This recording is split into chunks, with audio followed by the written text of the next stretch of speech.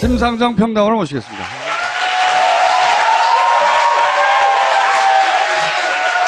자, 제가 인터넷에서 구한 제일 예쁜 사진이에요, 이게. 우리나라에서 당대표가 자기 임기를 다 채우는 당대표가 잘 없어요. 생각해 보시면 당대표 임기를 다 채우신, 예. 그리고 이제 이번 대선 겪으면서 이전과는 다른 것들 많이 겪지 않으셨어요? 이전과 차이 나는 것부터 말씀드리면, 전에는 여기 내려오실 때 자료도 잔뜩 갖고 오시고 메모지, 종이, 펜 갖고 오셨는데 오늘 아무것도 안 하고 아주 편하게 오신 것 같아요. 아, 편안합니다. 정치인 심상정도 굉장히 업그레이드 됐다고 보거든요, 저는. 그죠? 우선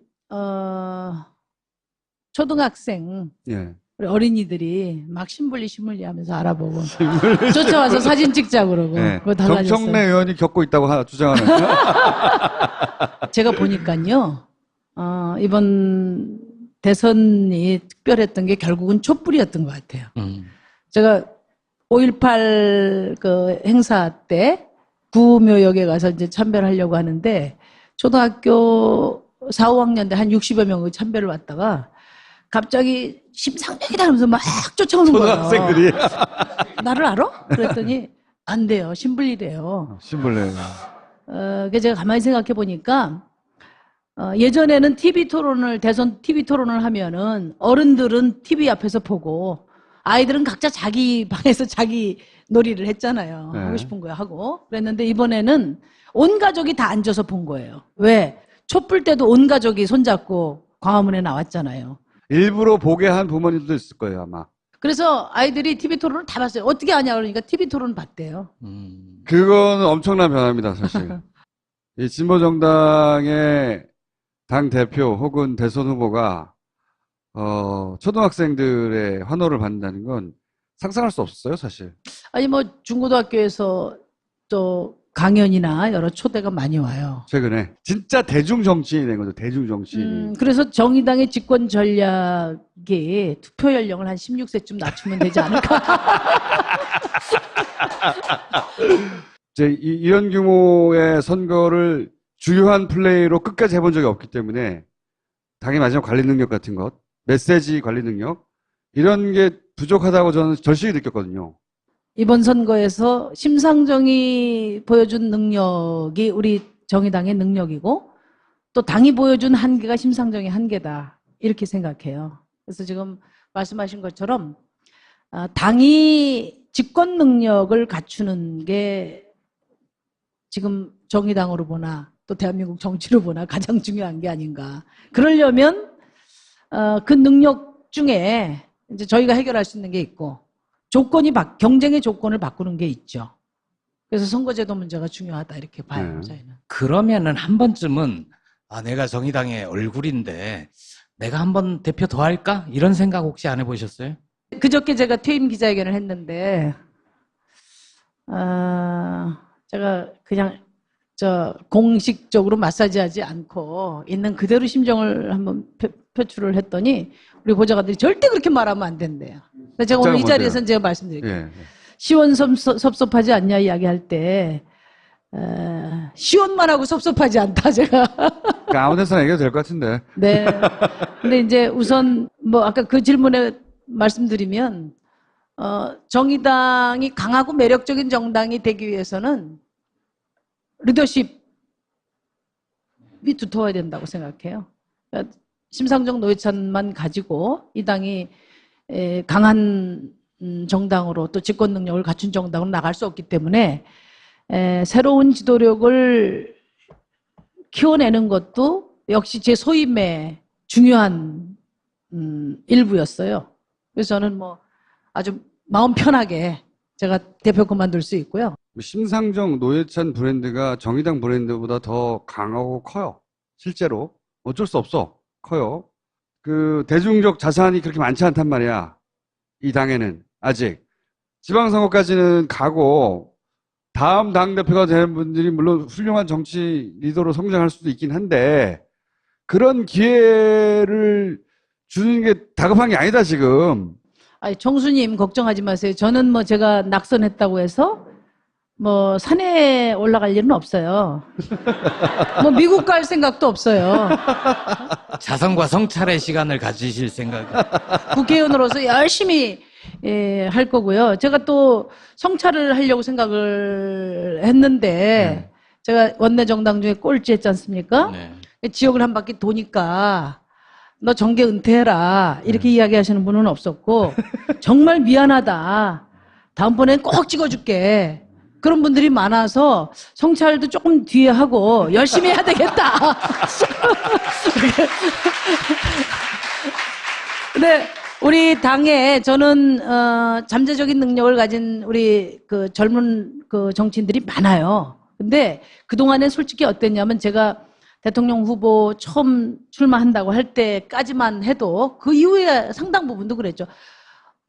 진보 정당이 워낙에 실패를 많이 했기 때문에 그 어쩔 수 없는 패배감, 어쩔 수 없는 그런 자기검열이 컸어요. 과연 후보 뭐 끝까지 완주할 수 있겠냐, 의미 있는 지지율 나올 수 있겠냐. 그러다가 또 나중에 또 단일화 이런 문제 봉착하면 어떡하냐. 그러니까 자신감을 갖지 못하고 확신을 갖지 못했어요.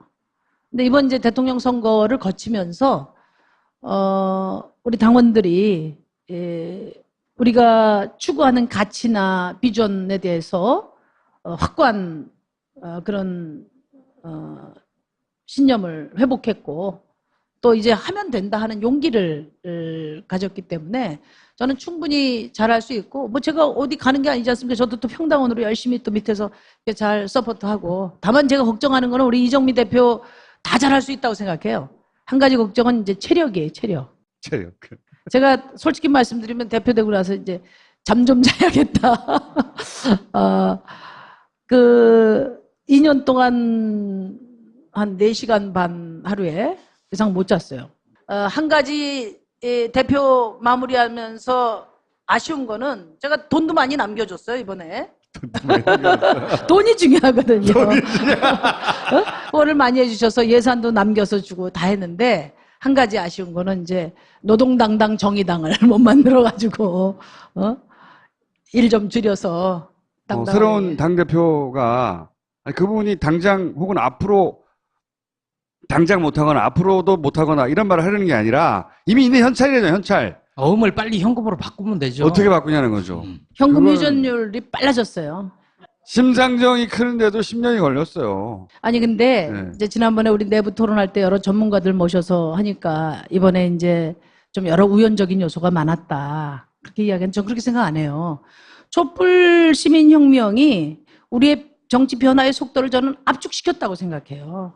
근데 그 시민의식이 이번 대통령 선거 하나를 통해서 다 발현되지 않았어요.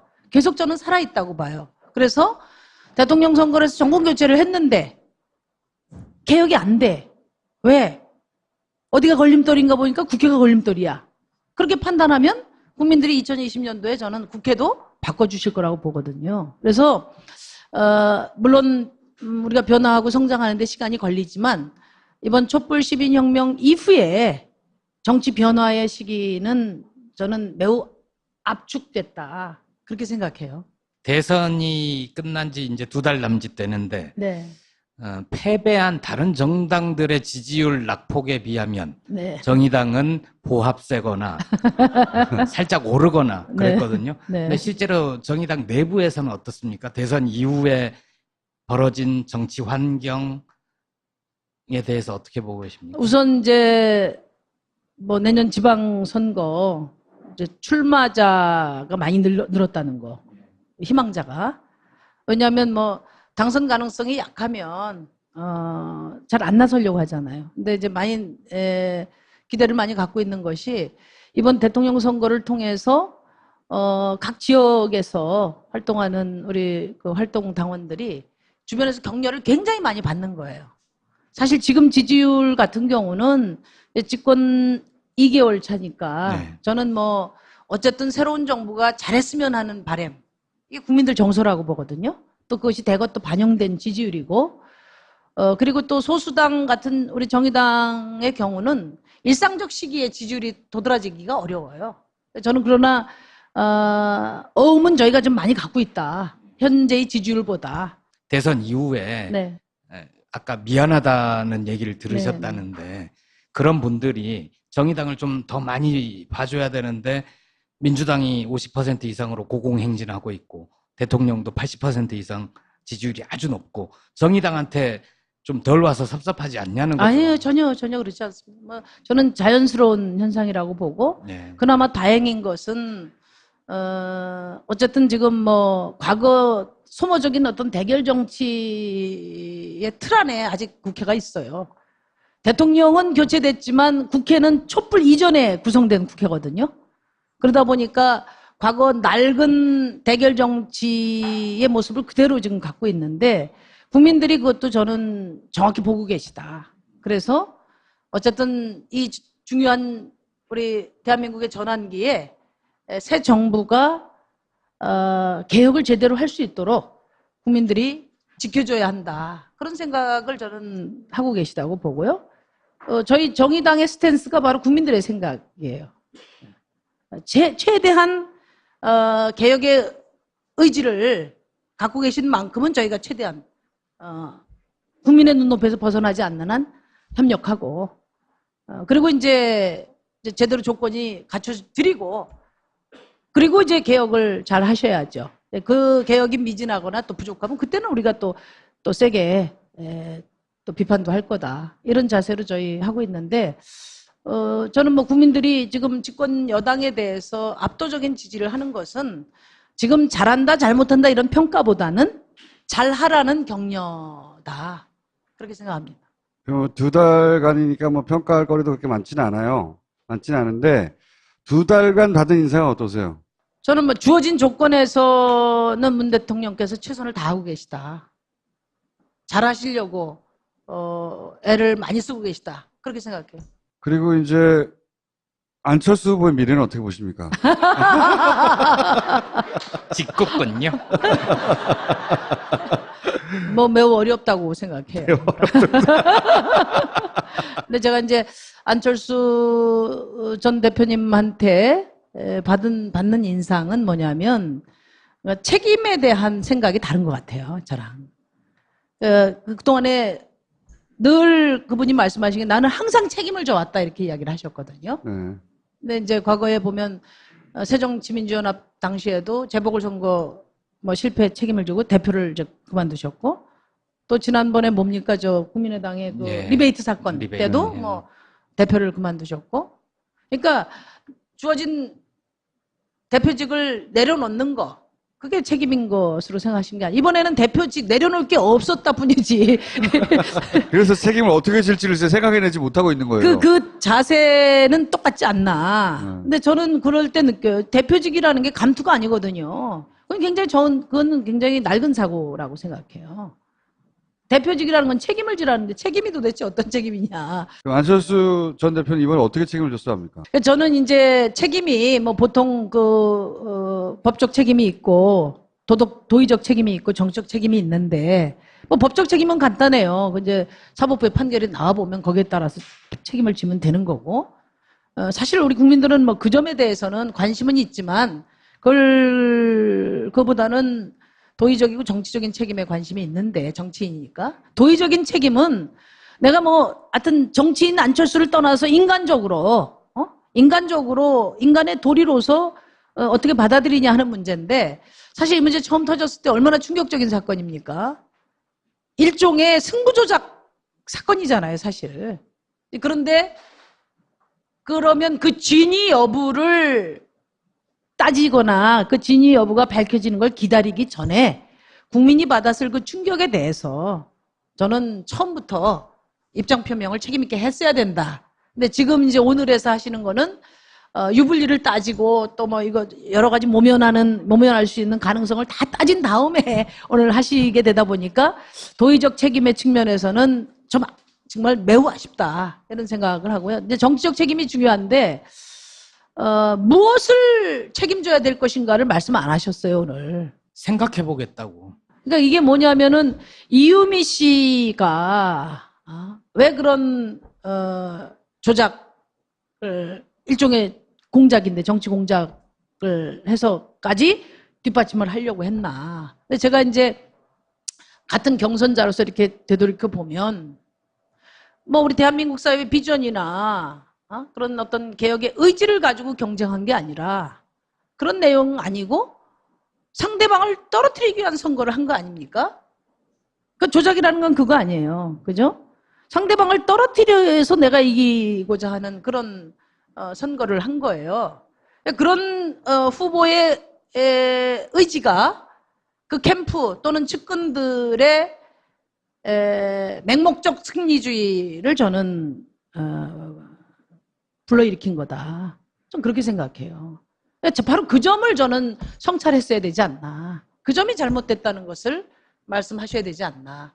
후보가 예를 들어서 저희 같이 그런 나쁜 짓을 해서 범죄 행위를 해서 당선되는 것을 감히 상상하기 어려운 그런 승리보다도 또 그 과정이 중요하고 그 과정에서의 어떤 그 신뢰가 중요하고 이런 철학과 비전을 가진 후보였다면 그런 참모가 있을 수가 없다. 저는 그렇게 생각하거든요. 그래서 미래는 어떻게 보십니까?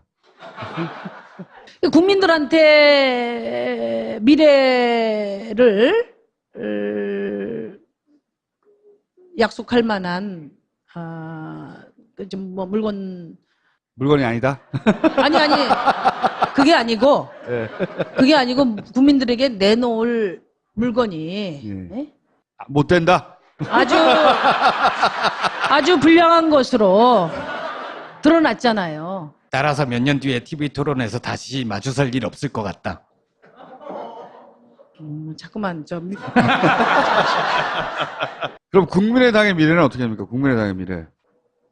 국민의당이 그러니까 존재 이유가 도대체 뭐냐는 거죠. 없어져야 한다?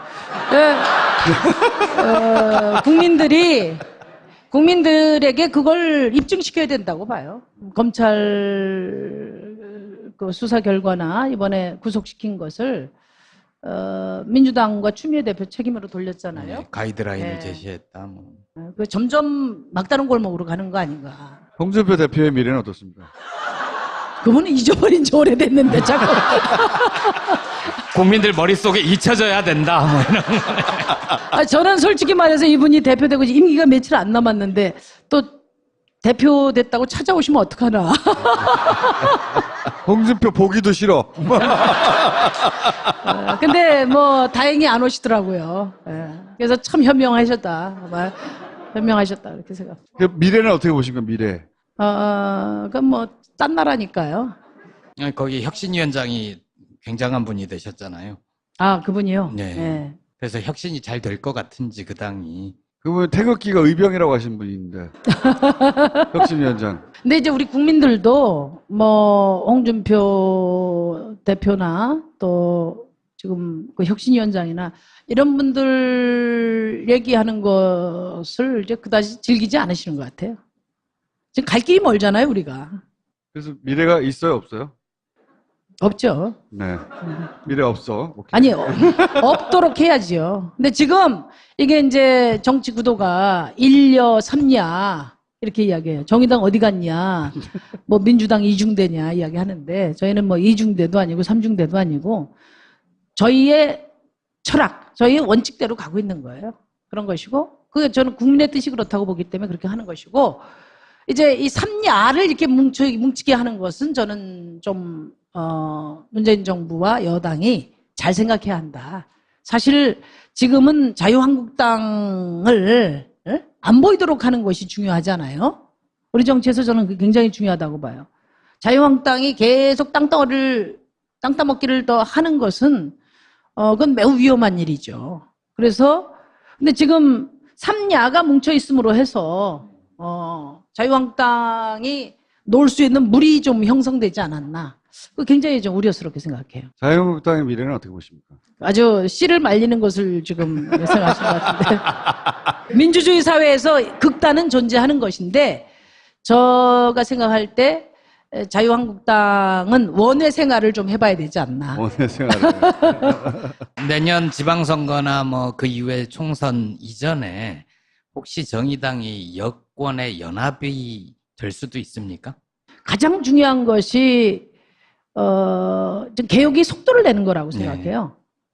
굉장히 빠른 속도로 정치가 개혁을 해도 우리 국민들이 어떤 자기 삶의 변화에 체감을 하기에는 상당한 시간이 걸린다 이렇게 생각하거든요.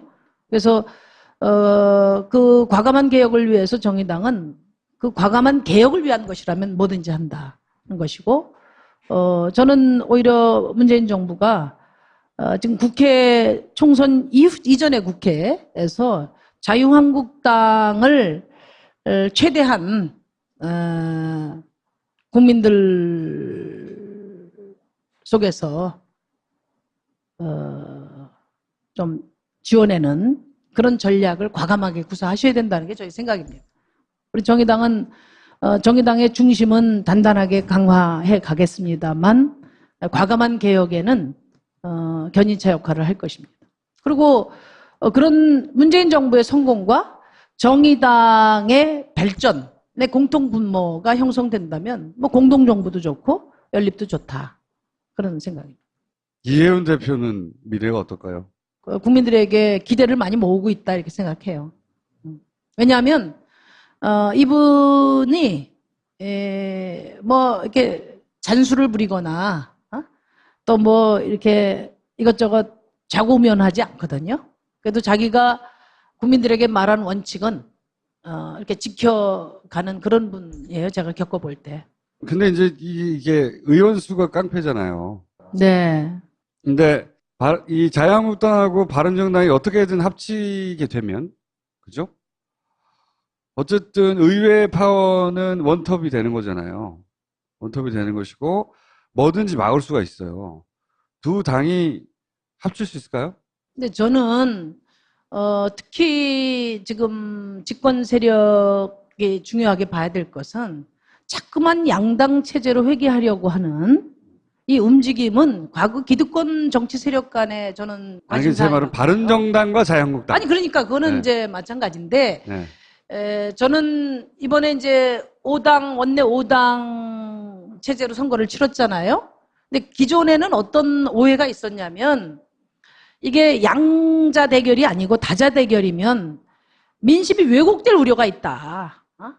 예를 들면 뭐 우리 야권의 대통령이 돼야 되는데 그게 절로 넘어갈 우려가 있다든지 이런 오해들이 굉장히 많았어요. 근데 이번에 다자 구도에서 오히려 민심이 더 정확하게 저는 반영이 됐다고 보거든요. 판이 바뀌어버린 거죠. 네. 아니 그래서 그것도 역시 그런 지속적인 노력 끝에 여기까지 온 거잖아요.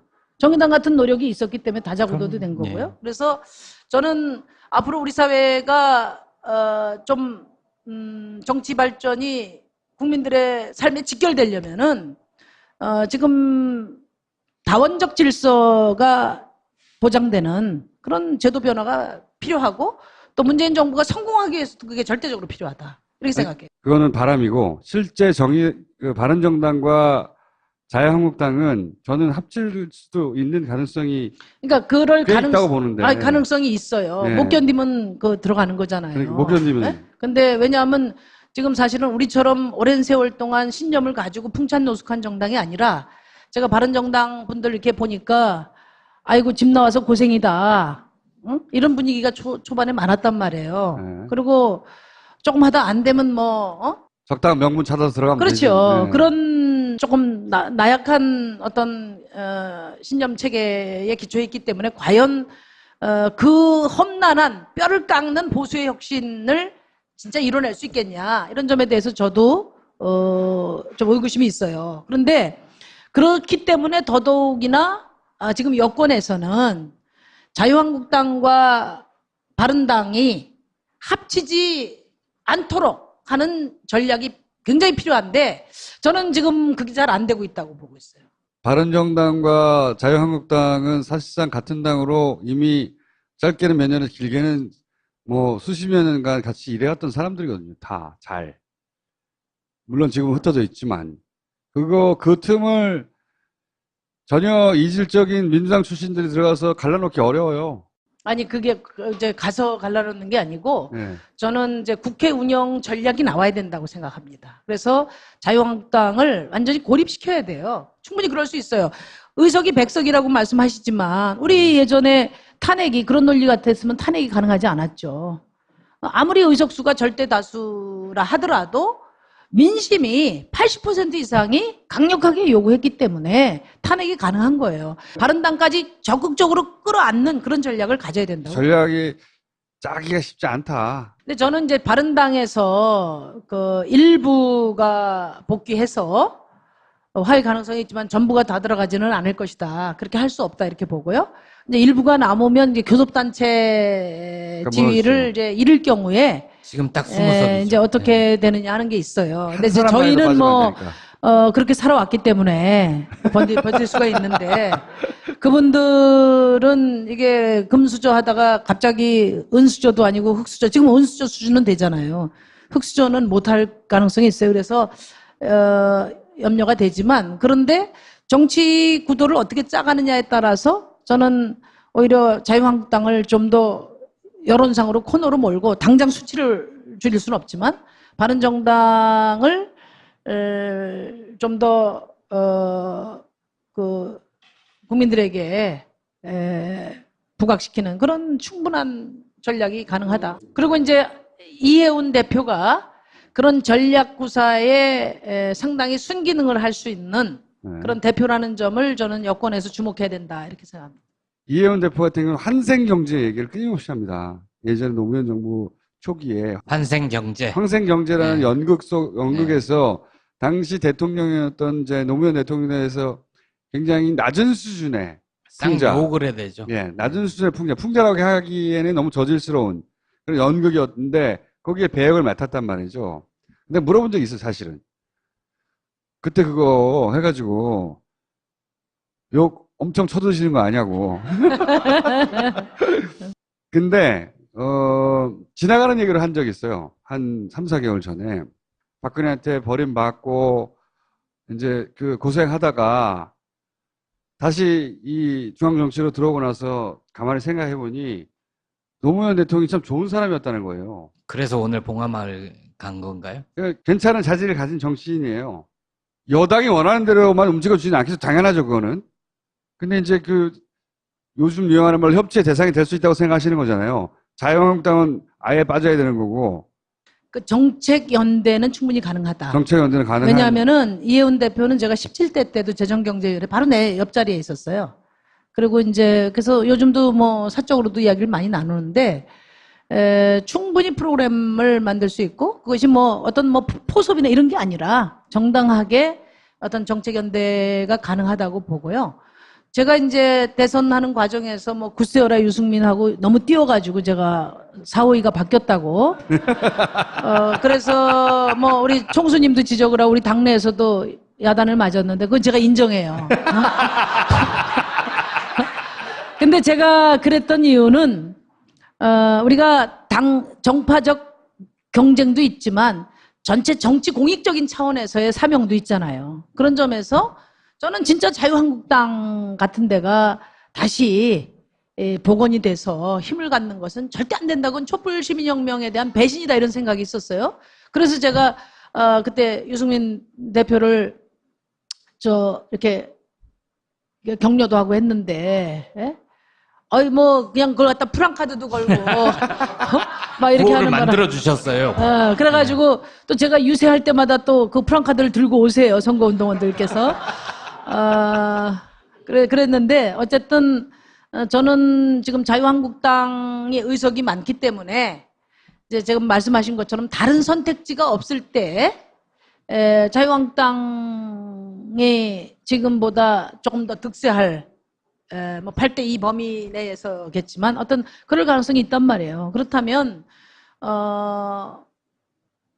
다른 대안만 있다면 우리 국민들은 저는 자유한국당을 원외로 내모는데 다 동참할 것 같아요. 그러면 110명 가까이를 다 떨어뜨리는. 저는 그 점을 매우 중요하게 보거든요. 우리가 지난 10년 민주정부하고 그 다음에 9년 동안 너무나 놀라고 충격적인 것이 우리가 일궈온 민주주의가 불가역적인 건 줄 알았는데, 예?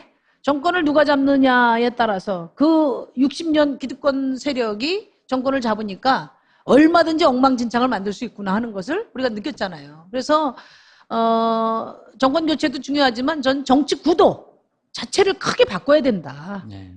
극우 수구 세력을 말하자면 완전히 주변화시켜야 된다. 현실 정치 내에서. 그 사명에 대해서는 저는 자유한국당이 아닌 모든 정당이 저는 힘을 합쳐야 된다 이렇게 생각을 하고, 특히 이제 정부도 대통령께서도 이 점을 굉장히 중요한 사명으로 생각하셔야 되지 않나.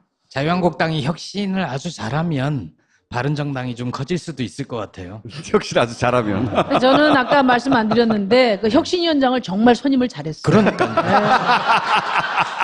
그래서 결코 비난하고 싶은 생각이 없어요. 당분간은 바른당이 못 가겠구나. 그죠? 아니, 진짜 그 혁신위원장은 신의 한 수예요.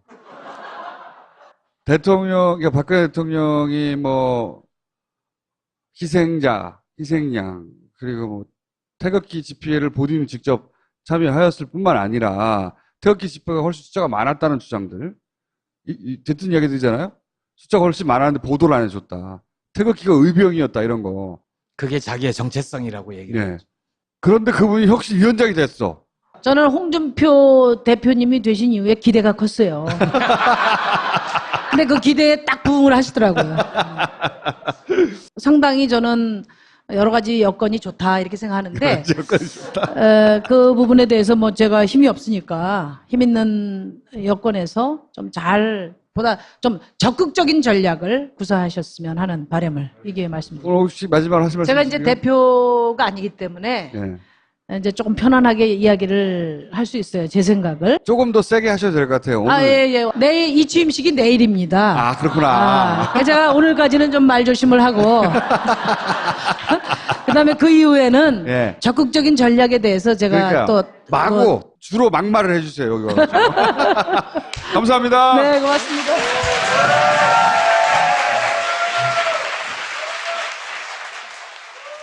이보시오. 마카 좀 갖다 주시오.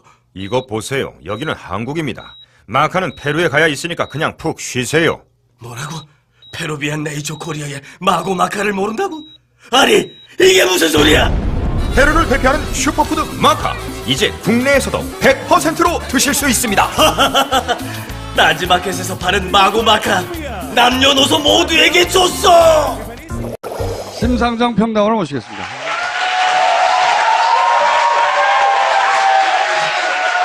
자, 제가 인터넷에서 구한 제일 예쁜 사진이에요, 이게.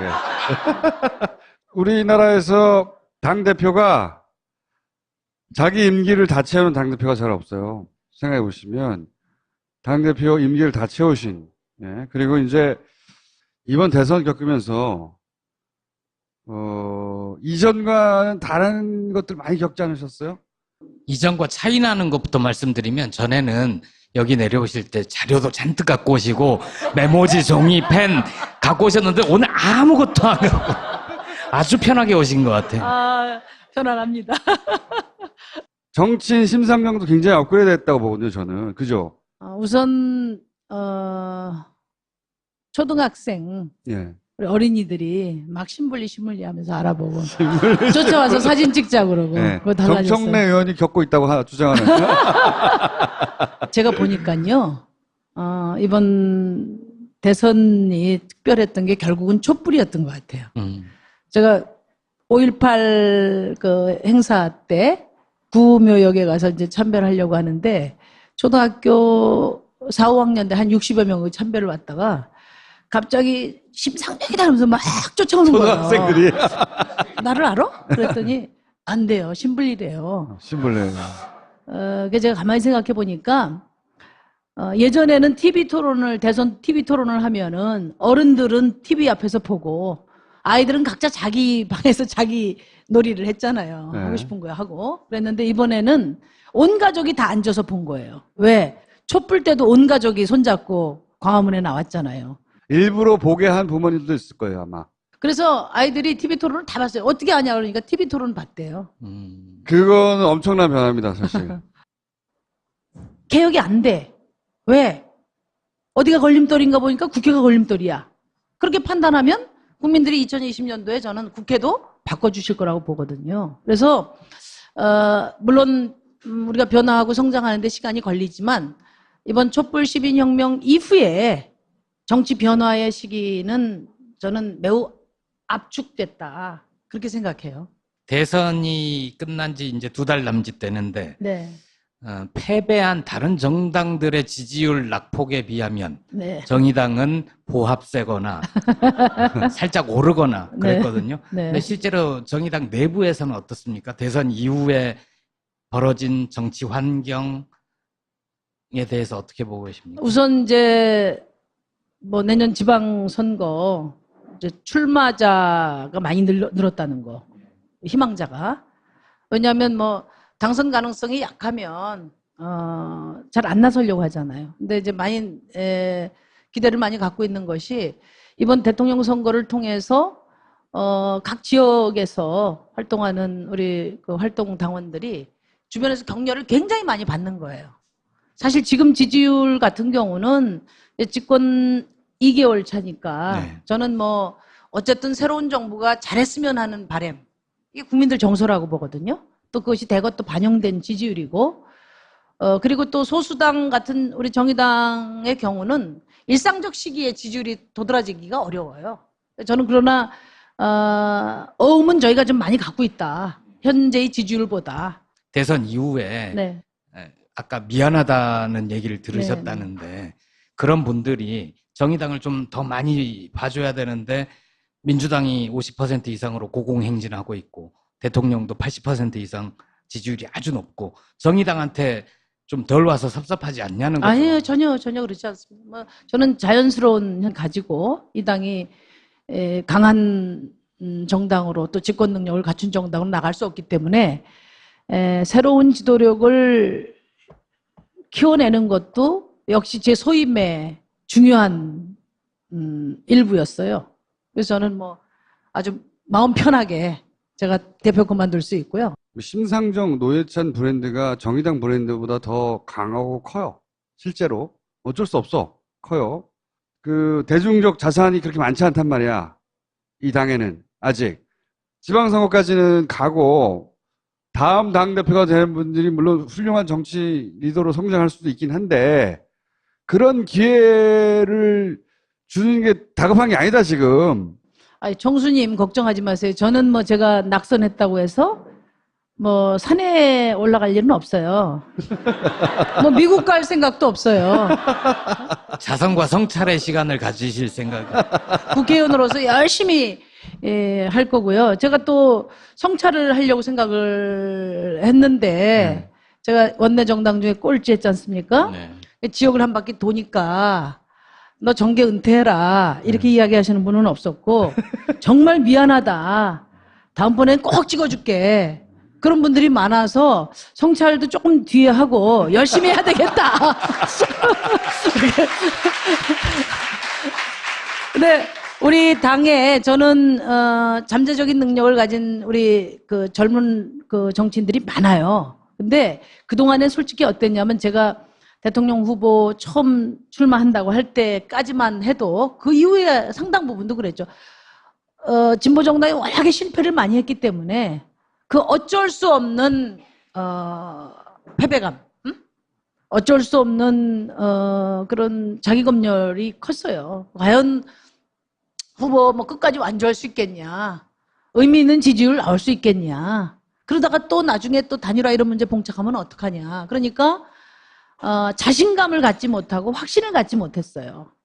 근데 이번 이제 대통령 선거를 거치면서 우리 당원들이 우리가 추구하는 가치나 비전에 대해서 확고한 그런 신념을 회복했고 또 이제 하면 된다 하는 용기를 가졌기 때문에 저는 충분히 잘할 수 있고 뭐 제가 어디 가는 게 아니지 않습니까? 저도 또 평당원으로 열심히 또 밑에서 잘 서포트하고 다만 제가 걱정하는 거는 우리 이정미 대표 다 잘할 수 있다고 생각해요.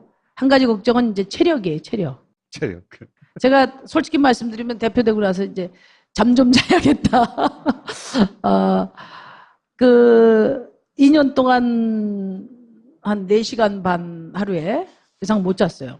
한 가지 대표 마무리하면서 아쉬운 거는 제가 돈도 많이 남겨줬어요, 이번에. 돈이 중요하거든요. 후원을 많이 해주셔서 예산도 남겨서 주고 다 했는데 한 가지 아쉬운 거는 이제 노동당당 정의당을 못 만들어가지고 일 좀 줄여서 당당하게. 새로운 당대표가 그분이 당장 혹은 앞으로 당장 못하거나 앞으로도 못하거나 이런 말을 하려는 게 아니라 이미 있는 현찰이잖아요, 현찰. 어음을 빨리 현금으로 바꾸면 되죠. 어떻게 바꾸냐는 거죠. 현금 그건- 유전율이 빨라졌어요. 심상정이 크는데도 10년이 걸렸어요. 아니 근데 네. 이제 지난번에 우리 내부 토론할 때 여러 전문가들 모셔서 하니까 이번에 이제 좀 여러 우연적인 요소가 많았다. 그렇게 이야기는 전 그렇게 생각 안 해요. 촛불 시민혁명이 우리의 정치 변화의 속도를 저는 압축시켰다고 생각해요. 근데 그 시민의식이 이번 대통령 선거 하나를 통해서 다 마련되지 않았어요. 계속 저는 살아있다고 봐요. 그래서 대통령 선거에서 정권교체를 했는데 이 진보정당의 당대표 혹은 대선 후보가 초등학생들의 환호를 받는다는 건 상상할 수 없었어요, 사실. 아니 뭐 중고등학교에서 또 강연이나 여러 초대가 많이 와요. 최근에 진짜 대중 정치인이 된 거죠. 대중 정치인이. 그래서 정의당의 집권 전략이 투표 연령을 한 16세쯤 낮추면 되지 않을까? 이제 이런 규모의 선거를 주요한 플레이로 끝까지 해본 적이 없기 때문에 당의 마지막 관리 능력 같은 것, 메시지 관리 능력 이런 게 부족하다고 저는 절실히 느꼈거든요. 이번 선거에서 심상정이 보여준 능력이 우리 정의당의 능력이고 또 당이 보여준 한계가 심상정의 한계다. 이렇게 생각해요. 그래서 지금 말씀하신 것처럼 당이 집권 능력을 갖추는 게 지금 정의당으로 보나 또 대한민국 정치로 보나 가장 중요한 게 아닌가. 그러려면 그 능력 중에 이제 저희가 해결할 수 있는 게 있고 경쟁의 조건을 바꾸는 게 있죠. 그래서 선거제도 문제가 중요하다 이렇게 봐요. 저희는. 그러면은 한 번쯤은 내가 정의당의 얼굴인데 내가 한번 대표 더 할까? 이런 생각 혹시 안 해보셨어요? 그저께 제가 퇴임 기자회견을 했는데 제가 그냥 공식적으로 마사지하지 않고 있는 그대로 심정을 한번 표출을 했더니 우리 보좌관들이 절대 그렇게 말하면 안 된대요. 근데 제가 오늘 이 자리에서는 제가 말씀드릴게요. 예. 시원섭섭하지 않냐 이야기할 때 시원만 하고 섭섭하지 않다 제가. 그러니까 아무 데서나 얘기해도 될 것 같은데. 네. 근데 이제 우선 뭐 아까 그 질문에 말씀드리면 정의당이 강하고 매력적인 정당이 되기 위해서는 리더십이 두터워야 된다고 생각해요. 그러니까 심상정 노회찬만